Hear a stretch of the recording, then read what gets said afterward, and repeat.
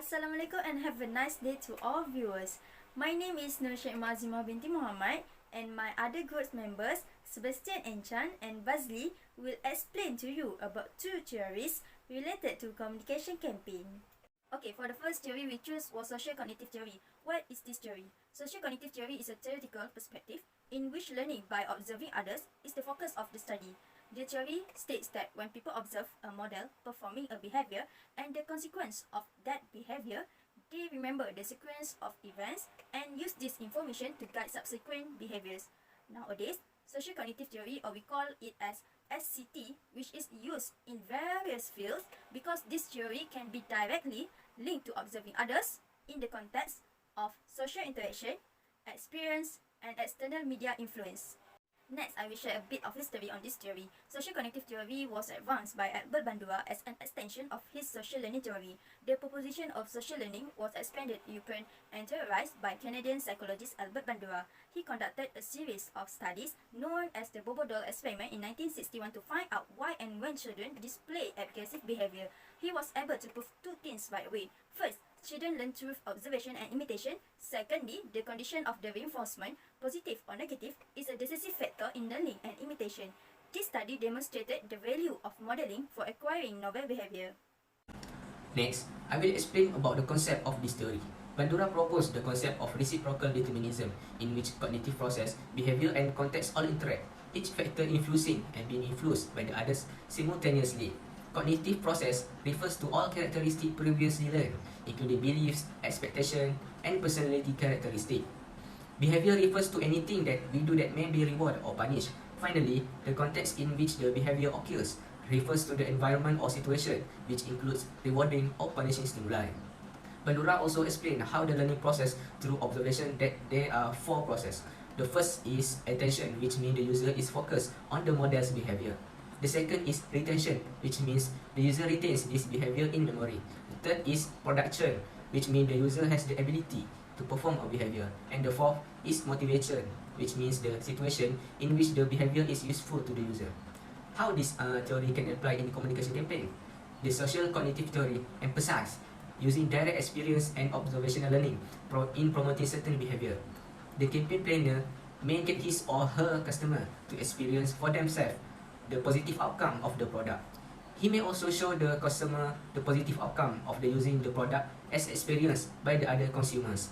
In order to further increase the likelihood of future behavior change, assessment must get the customer to remember the consequence of the behavior.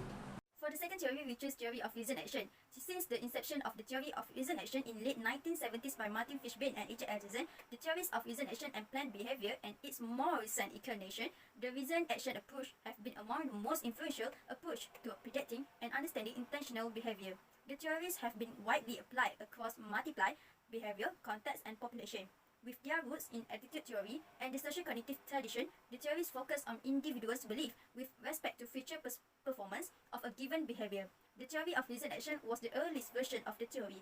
The central construct of the theory is intention, a motivational construct that is considered the most proximal determinant of behavior.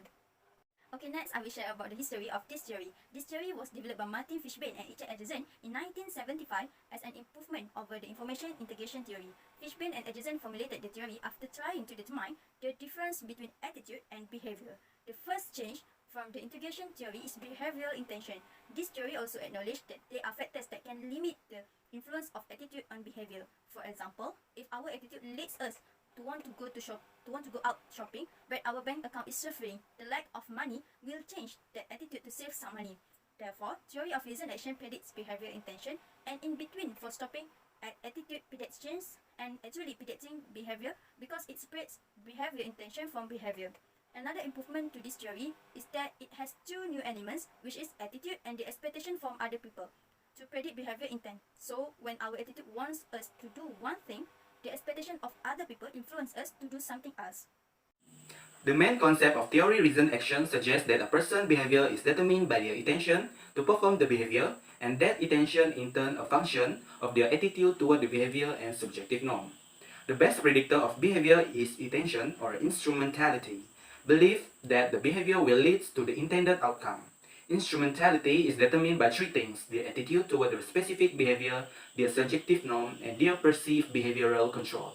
The more favorable the attitude and the more subjective norm, the greater the perceived control, the stronger the person's intention to perform the behavior. Applying the theory in communication campaign.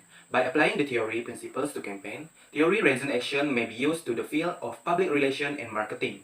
Using it in a hotel marketing plan and predicting how likely guests are returned to the hotel based on their action are two examples. This theory may be used by brands and businesses to predict what customer will buy and how to build marketing materials based on that knowledge. Other academics look into the motivation of customers and develop the theory reason action model.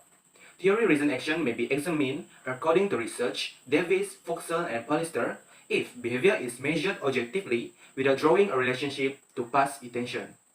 The majority of research, on the other hand, focus on intention because of its fundamental position in the theory.